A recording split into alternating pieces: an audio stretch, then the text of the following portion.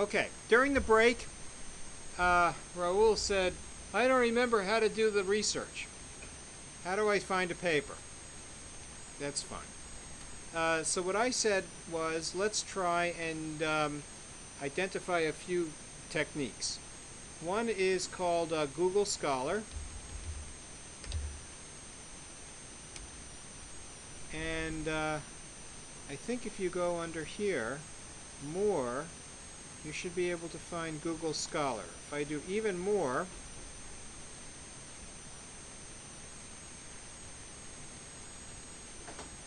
there should be something for Google Scholar.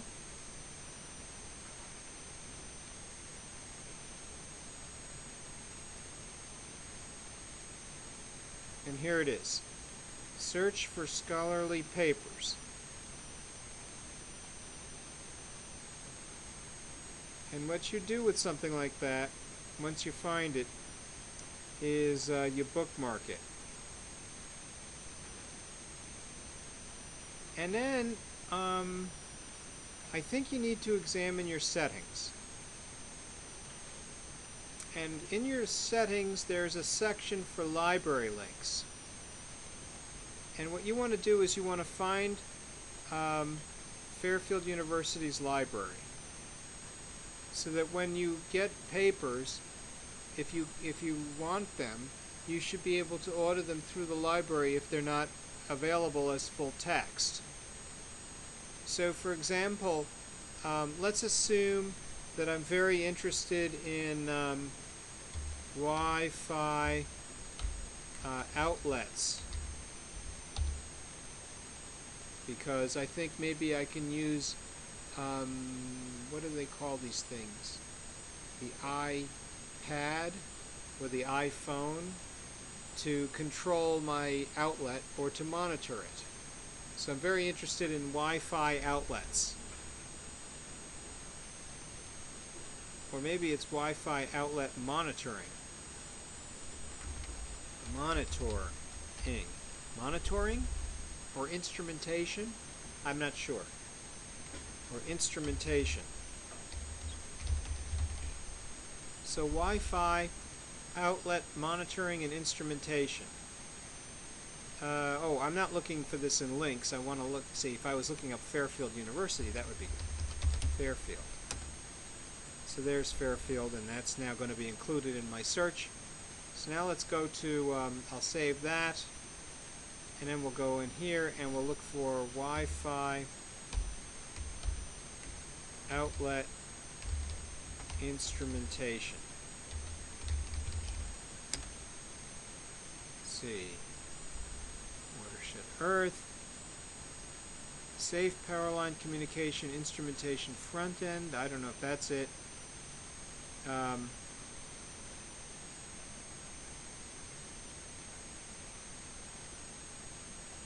Maybe it's Wi-Fi outlet measurement.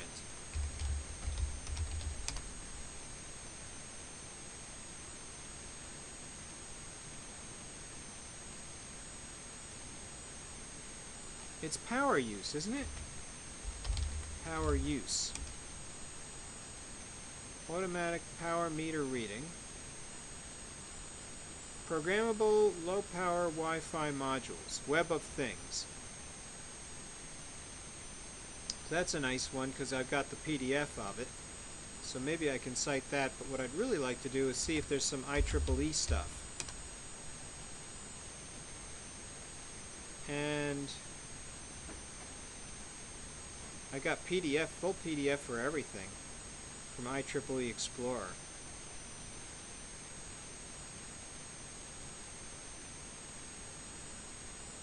And it says cited by a bunch of stuff. Maybe the cited by is a good one. Let's get the cited by.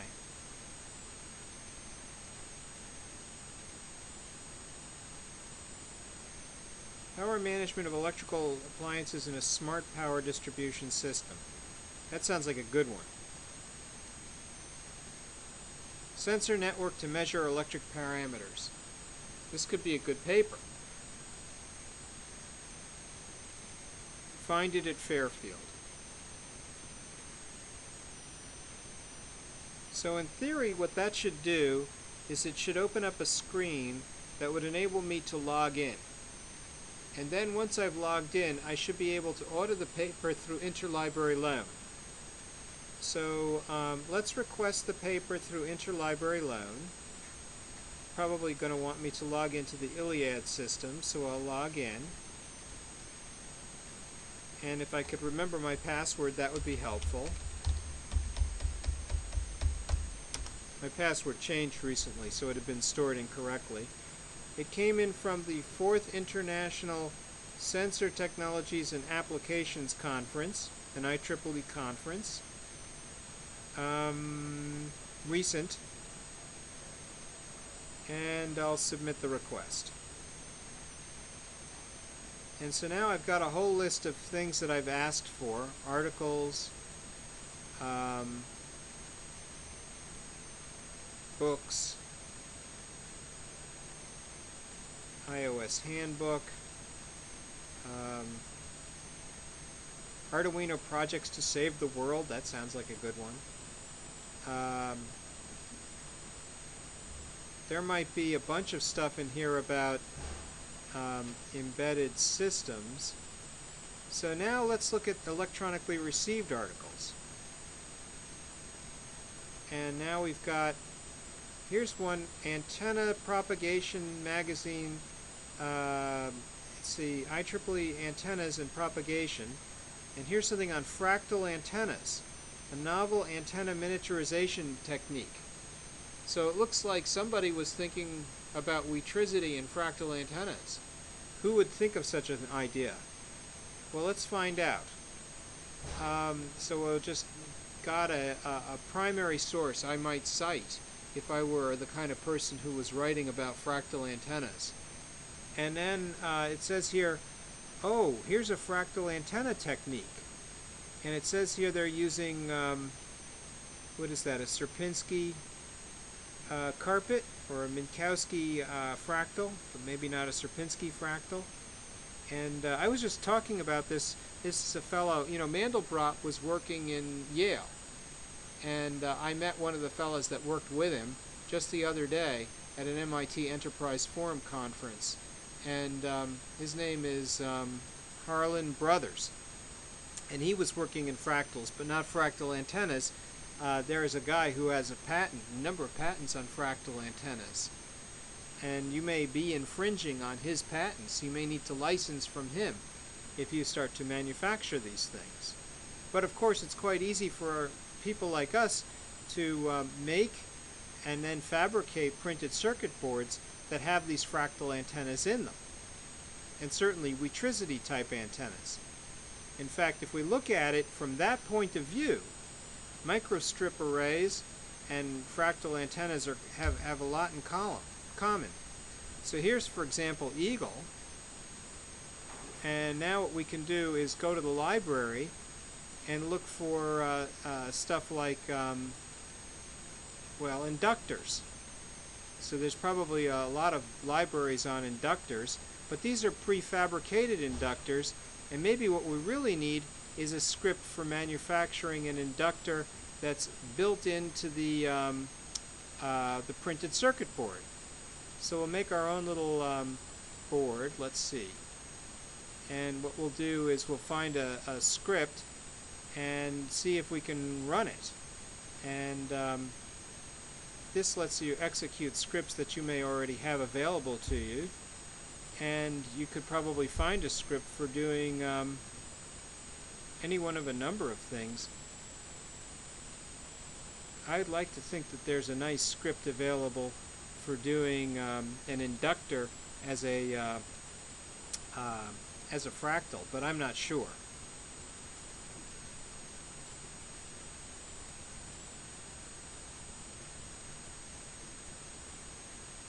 I did one not too long ago. I made a very fine, I call it 8 mil spiral, and it will let you do that.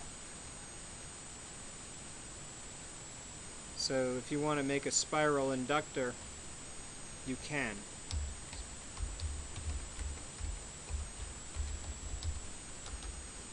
Inductor, Eagle, script. And here's one, Eagle printed inductor as an antenna.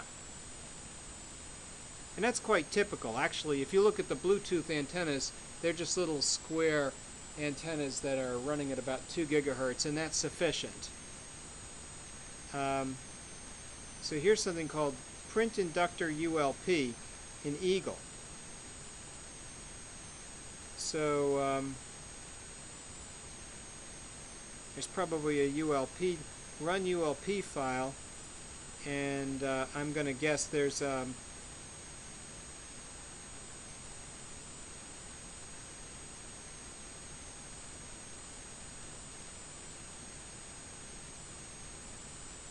print inductor ULP. Right? You can't like have an idea without somebody else having already thought it already. There's a manual. I got it printed out in the back of the room. It's about yay thick on how to write scripts for Eagle. And what you do, this is not actually a printed circuit board. It's a script for making a printed circuit board. That's what it is. And so this is interesting because what it does is it, as a script, allows you to parameterize all of the things you might need for making an inductor. So you can put in all of this stuff about what the inductor is supposed to look like. Only a spiral. You can use, I guess, full turns. Calculate the width. Calculate the distance. An H. And this is going to make a 4-inch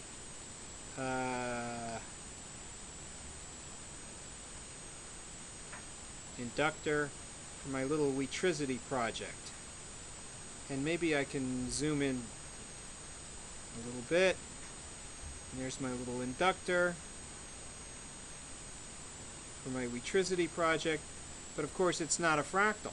So I'd have to modify my script to make the fractal. And then submit it to batch PCB.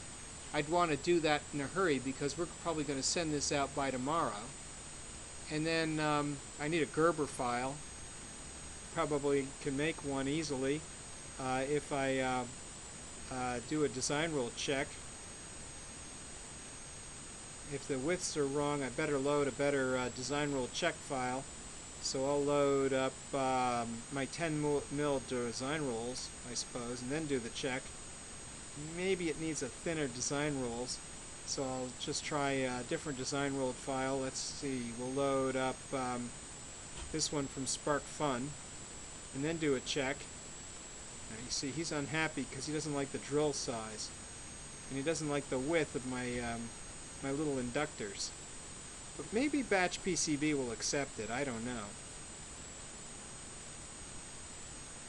And then I gotta run the I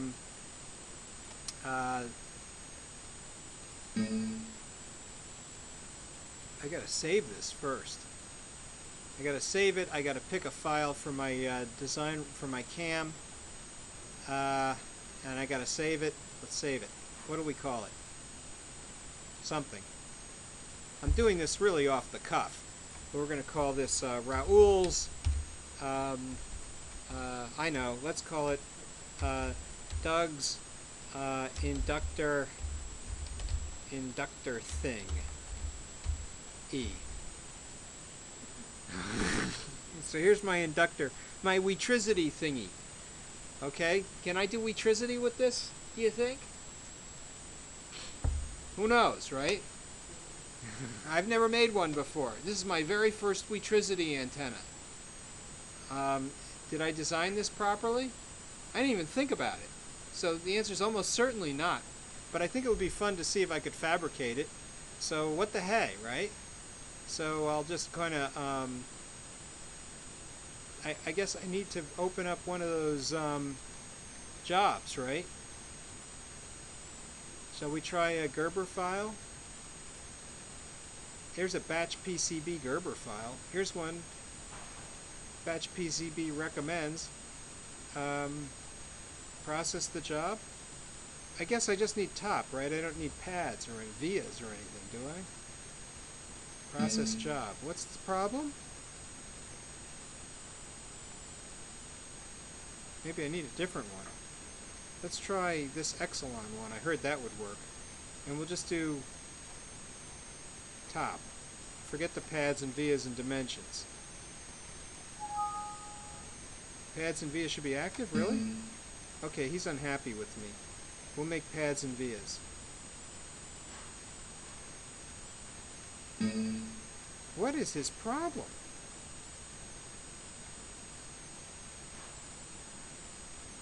Oh, his output file is not correct. How about we give it a place to go? Downloads? And where's my inductor thingy? There it is.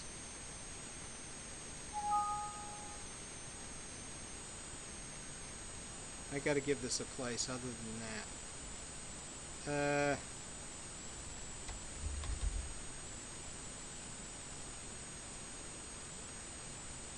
So it seemed to work, such as it is. Has a DRI file, drill file. I don't know. Maybe that's all I need. I probably have to upload this and find out what's going on.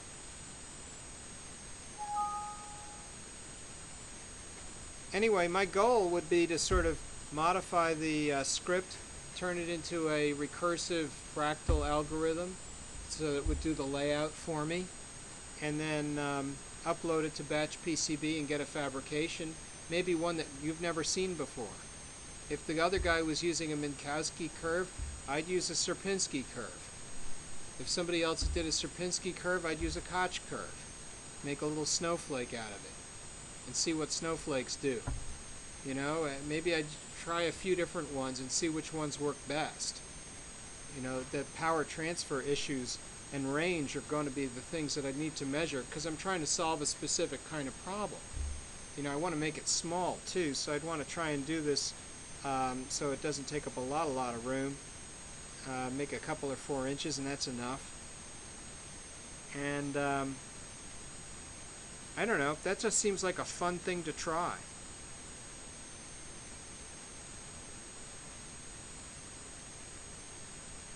This guy wanted to make a 433 megahertz antenna. That's kind of a long wavelength, right? Normally you take the number in megahertz and divide it through by the speed of propagation, 300 million meters per second. That's like speed of light, something like that. So divide 300 megahertz by 300 million meters per second, and that's like a meter. That's your wavelength. So at 433 megahertz, he's going at perhaps 2/3 of a wavelength of a meter, something like that. 1 1/3 meters is his wavelength. Let's see, 150 megahertz would be 2 meters, because you divide that into 300 million meters per second. So I would say that 433 megahertz would be for 3/4 of a meter, 3/4 of a meter, like that. That's kind of a big wavelength. Normally you want to go for something small like that, maybe you'd want to go at a couple hundred million hertz, right? So, I don't know, a couple gigahertz maybe for small antennas? It kind of depends what you want to do. What is the frequency of Weetricity?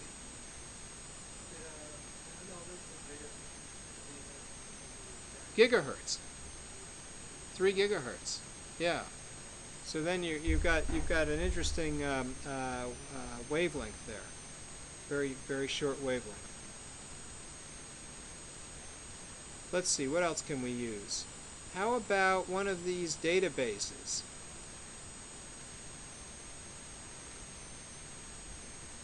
We haven't tried one of the databases yet. There's a bunch of them. If you go to Fairfield and you click on Library and then you want to go to the databases.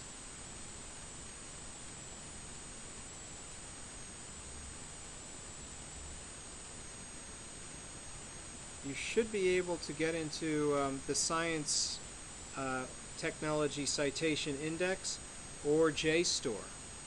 JSTOR has a lot of the articles available for you in full text.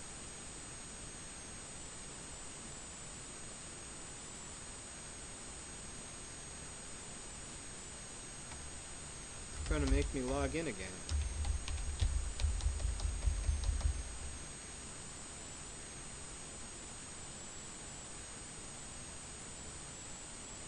What else shall we try and look for?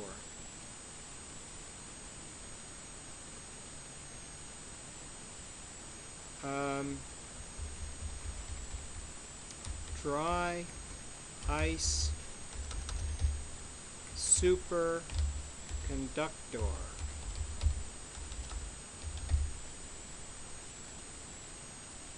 Search. 40 search results. Science News of the Year. Now, is Science News going to be a refereed journal article? Probably not. Here's Science. That might be good. From 1995.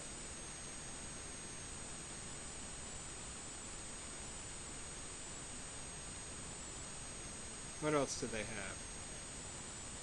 This is kind of nice because it's instant gratification. You can get your stuff right away.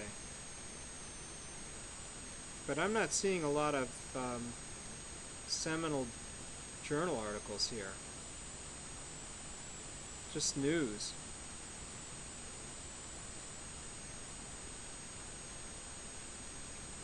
Let's try this back matter.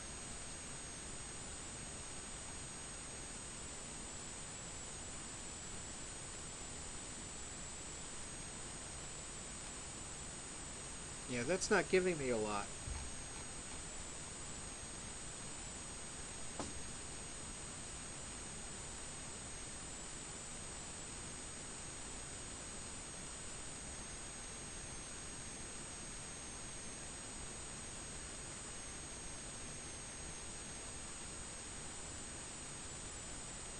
Oh, I think he's starting to do a nice download here.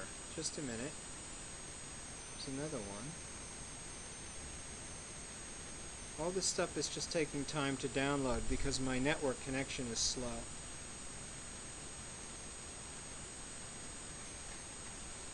What else can we do a search for or with?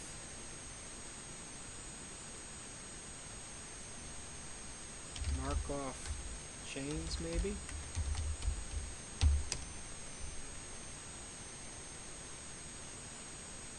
It's very slow.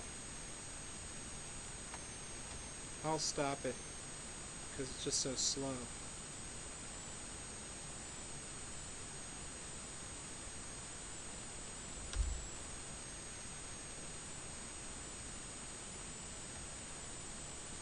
So here's a bunch of stuff on Markov chains, and it looks like full articles.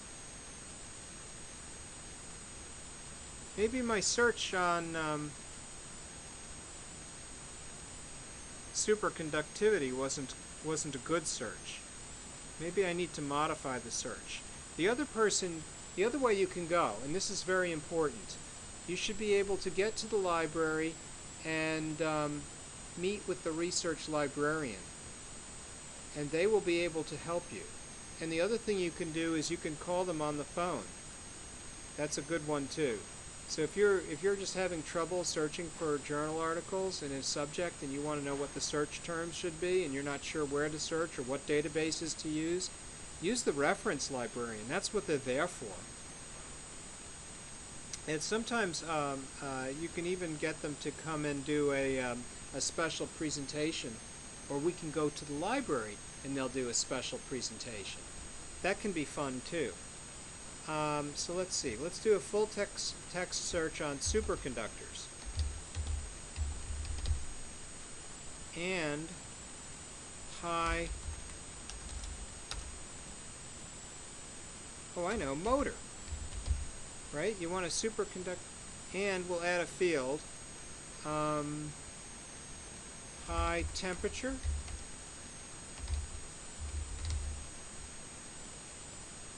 and don't include links to external content. Add only content I can access, and narrow it by articles. Search. Alright, so there's some stuff.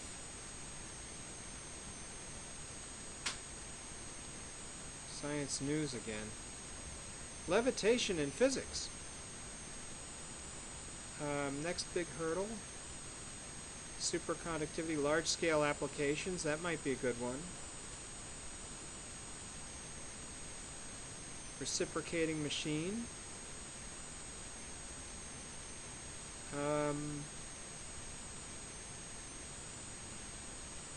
You know, this philosophical transactions, mathematical, physical, and engineering sciences, that looks like a good article. It's just not the right topic. I mean, that looks like a good journal. Let's see, what else do we have?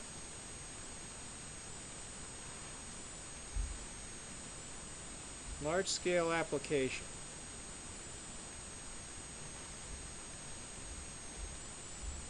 This looks very theoretical to me. I'm not sure if I'm seeing a... Oh, here we go. 2 motors built with superconducting field windings, 1966. 2.4 megawatt machine. That's a big machine. Here's a 5 megawatt generator with superconducting field windings. That's slick. Here's a super fast train.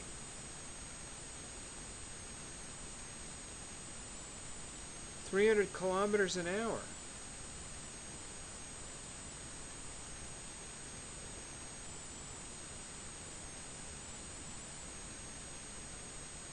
Is this a high temperature superconductor? I can't tell.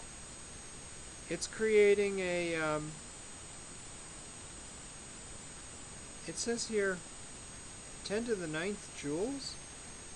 That's like a lot. And it's maglev. Look, George, this has got your name on it. It's maglev. You know, I think these are the maglev trains that go at 300 kilometers an hour. It says it's got a linear motor. I don't know if you can see that.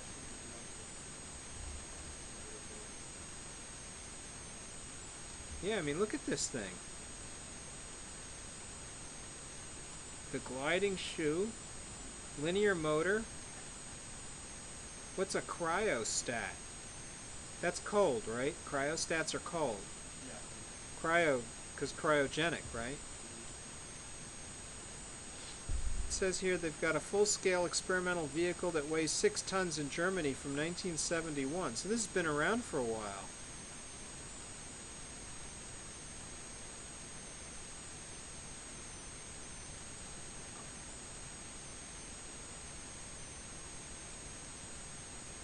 Well, this is pretty exciting stuff. Cryogenic Engineering Conference. They got a whole conference on this? From 1970? That's old. How come we don't have cryogenic trains we can take to the city? And they should get us there so fast it's like you get in there now and you're there yesterday.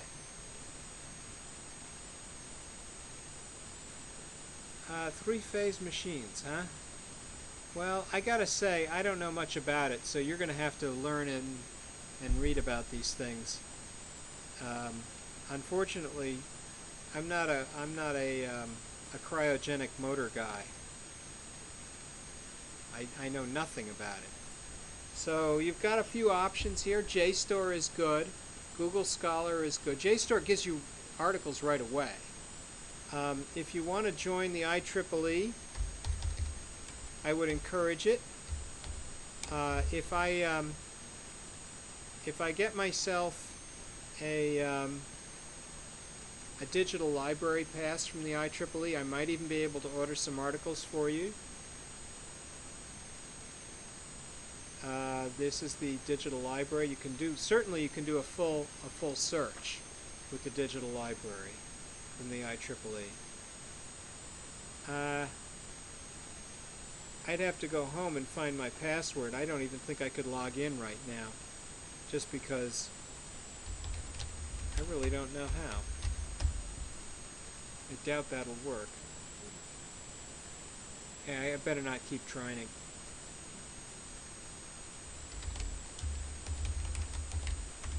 Oops.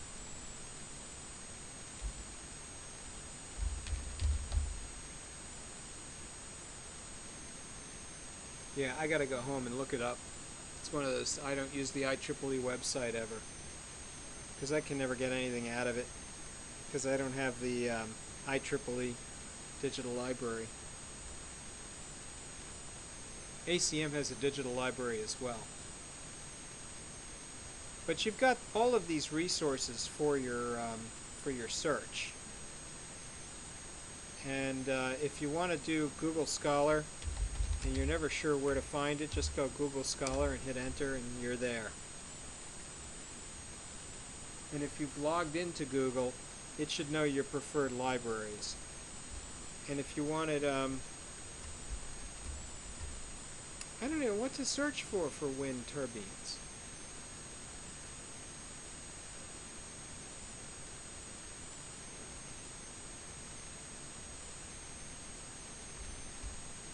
What would it be? MPT? MPP? T?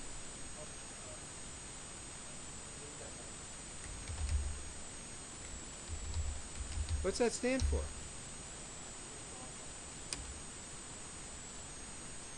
Oh.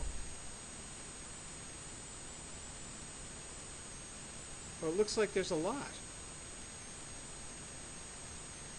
So in theory I could get this from Fairfield. It's cited by 344 sources. And that's cited by 212 sources. And that's cited by 69 sources. And that's cited by 101. So now you're getting into the more recent stuff.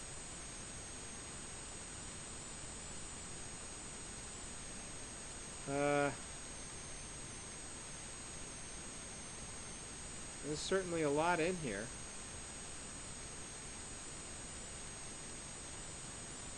Neural design of a Simulink controller. That's pretty cool stuff. I don't know much about it. But in theory, all of this can be ordered through the library. So you've got an opportunity here to order a bunch of stuff from the library, and I think you better order it sooner rather than later because it takes them time.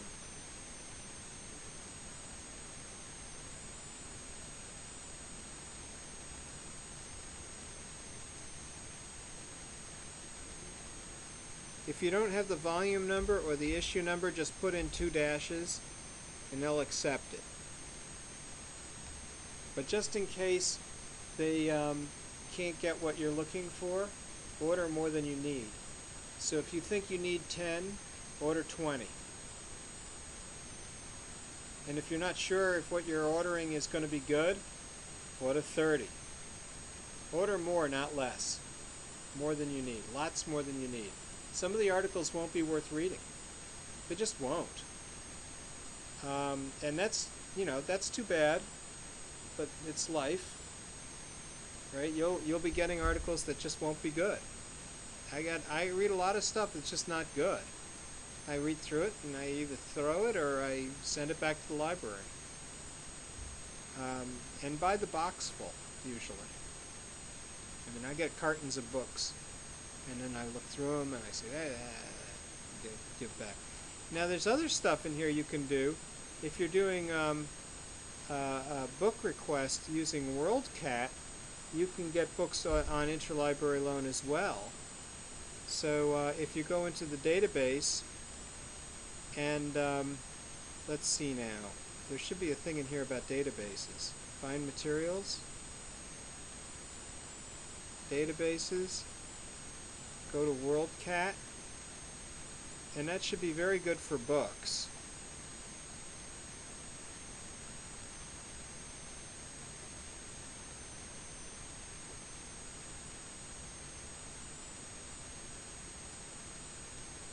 So if you're looking for Arduino, for example, and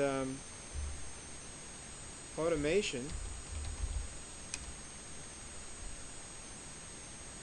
here's like 19 books on Arduino and automation. Select the non-juvenile, non-thesis, non-microform ones. Restrict it to only English.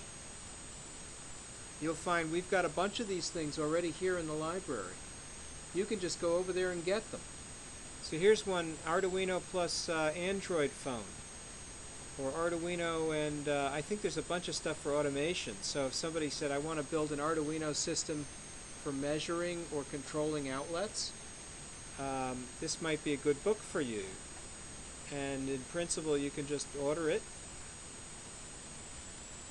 and that should come in reasonable time. Go back to, well, let's see, the list of records, and it'll pick up from where you left off. There's perhaps a dozen books left, and here's one for Android Development Kit. That might be good, because you know what happens when you get a microcontroller is if you can interface it with the cell phone or the what do they call this thing? The mobile device, like the iPad or the Motorola Zoom or whatever they're calling that tablet that runs Android. You might find that that's a very sellable thing. So if you've got an Android interface that shows the outlets, their power usage, and a way to turn them on and off, that might be a compelling product.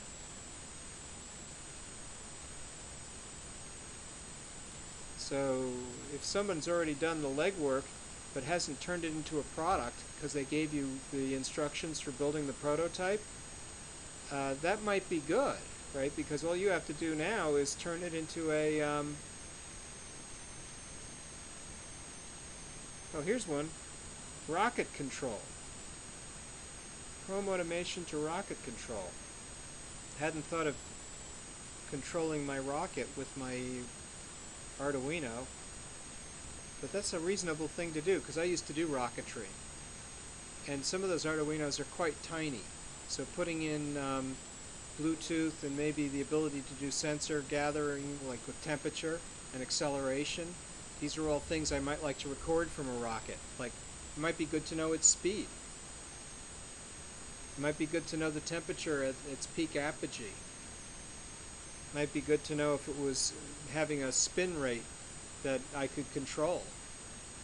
Oh, even better would be as if I could have a guidance system for the rocket, because then it becomes kind of like a guided missile. You know, so then if I can do the slope intercept guidance computation for the rocket, I should be able to, let's say, shoot another rocket out of the air. It might be good for my defense shield, because in case my magnetic levitation thing doesn't keep my asteroids away, I can just blast them.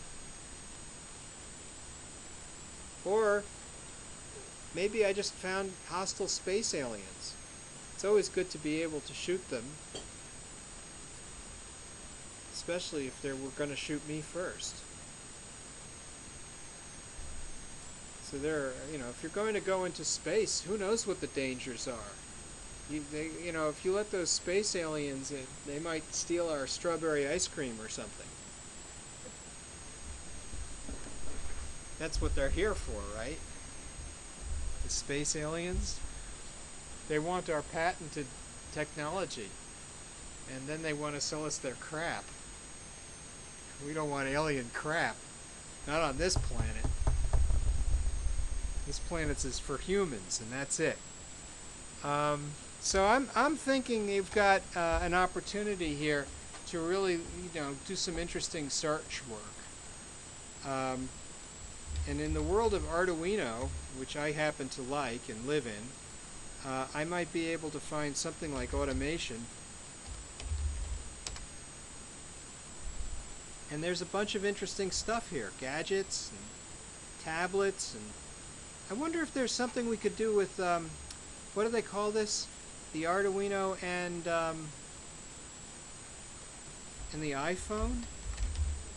People use that, right? iPhone. Oh, look, Arduino iPhone books. I'm almost thinking there's a product in there somewhere. What that could be, I don't know. But if I can design something for my Arduino and my iPhone, it might be like an iPhone controller or an iPhone sensor.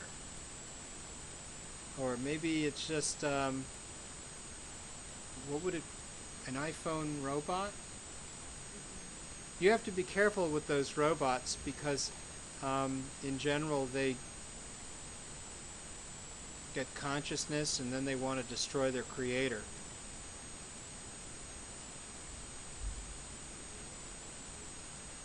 So here's one, the iPhone, the iPad, and the Internet of Things. And it uses an Arduino. So that must be a good book. Almost by definition, it's got all the buzzwords. How could it not be? So I must get that one. And you know what happens here is, if you know how to do stuff with like a printed circuit board design tool, and you've got yourself a Kickstarter project just as soon as you got a decent video associated with it. And you could say, hey, look what you can do with your Arduino and your iPhone. People buy that stuff. You know, just make another piece of junk that nobody really wants, but say, look, it's cool, and it's got geek factor. People buy it, I'm telling you. I don't know if you've been tracking it, but my little Kickstarter project is almost done now. I think I have perhaps 3 days left. It's not it's not coming up. Not sure why. Are we allowed to look at Google here? No. Yes.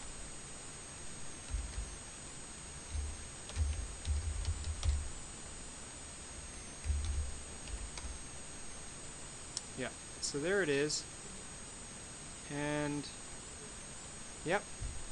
See? You can build junk and people buy it. This is proof positive. People buy junk all the time. So I have 212 people buying my junk. Suckers! So, I mean, this is amazing to me, right? DSP Shield, what a geeky thing. It doesn't get geekier than that, right? This doesn't even look like it's been packaged properly. It's just a circuit board. It's true. At some level, one could make a compelling argument that the amount of thought put into the packaging on this is zero. Right? I mean, this is not even coming in a box. It's just a raw board. There's nothing. Really nothing.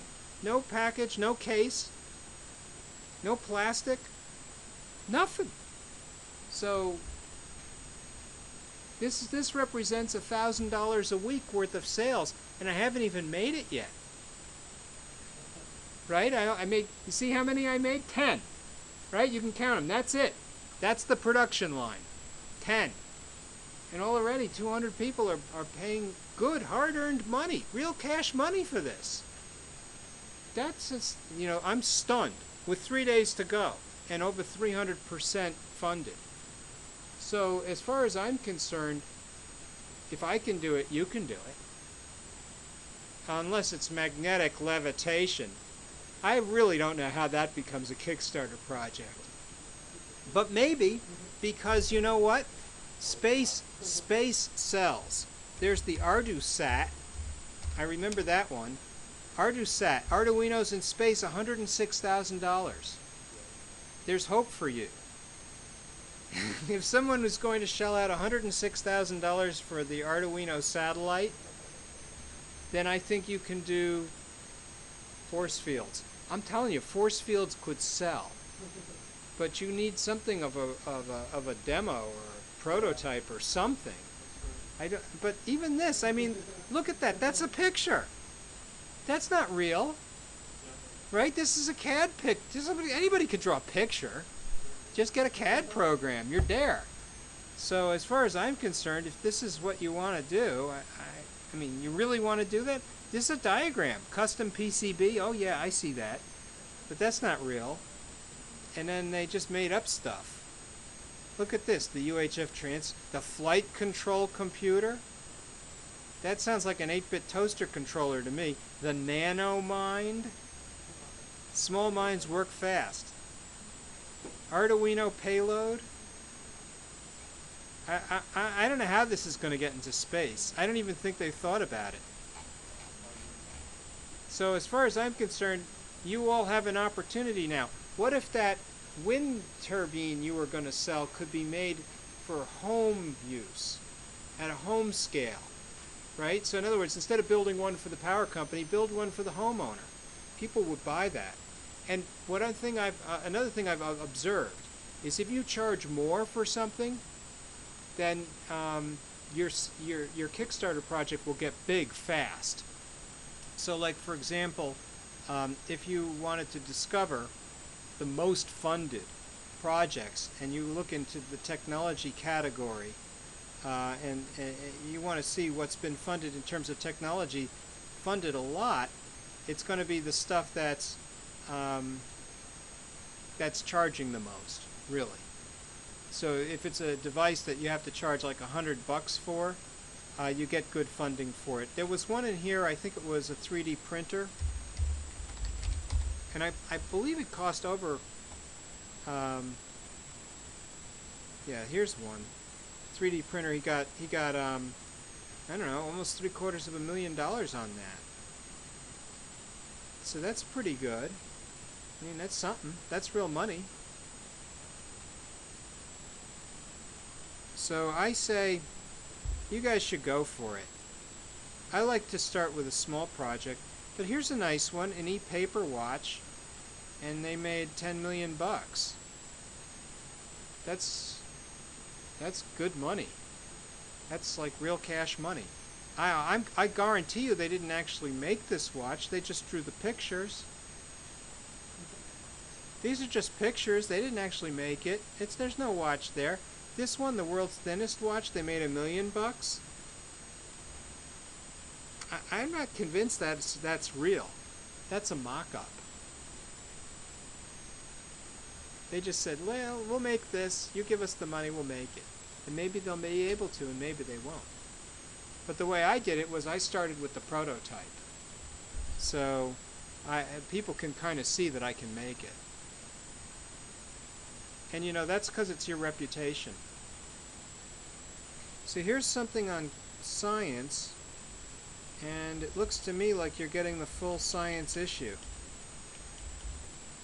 So you should be able to, I don't know, that's considered a very reputable journal, science is. Anyway, that's all we have time for today. You guys really do need to get into your reading. As far as the America Invents Act is concerned, I think by the time you get back, it'll have kicked in, right? Within a day or two, right? When's our next class? On the 13th, was it? Like 2 days before it kicks in. What is it? The 19th. So the next time we get together, America Invents Act will be law unless the court provides an injunction to stop it. And I don't see the court making injunctions happening fast. So I know they filed it back in August from Florida. You know, this is a big deal around here. Well, especially because of the inventors. You get into a discussion with some of our inventors about this, and it's a yelling match. No kidding. People feel really strongly about this stuff. I, for one, have grown to accept it, but there are still others who do not. So this is one of those things that people really care about. And so, as the president of the Inventors Association of Connecticut, I can tell you some of those people are kooks. I mean, serious kooks. And you get into a yelling match with people, you won't win. Just because you can't, they'll yell you down. But they care a lot about this stuff, and it's interesting. So I just thought I'd expose you a little bit to it. But unless the court rules, it'll be law, and we'll all have to live with it. And that means we'll have to file our inventions, or else we'll lose them. So if intellectual property comes from this class, don't tell the details to this microphone because it becomes published. That's a positive barrier to patentability. So if there's something, here, in terms of an implementation detail that you want to keep to yourself, be sure to do so, because we're basically putting this up for distance learning. And it's public. Once it's on the web, it's public. So that's something you've got to think about. All right, enjoy your break, and if you have trouble finding papers, let me know. Thank you.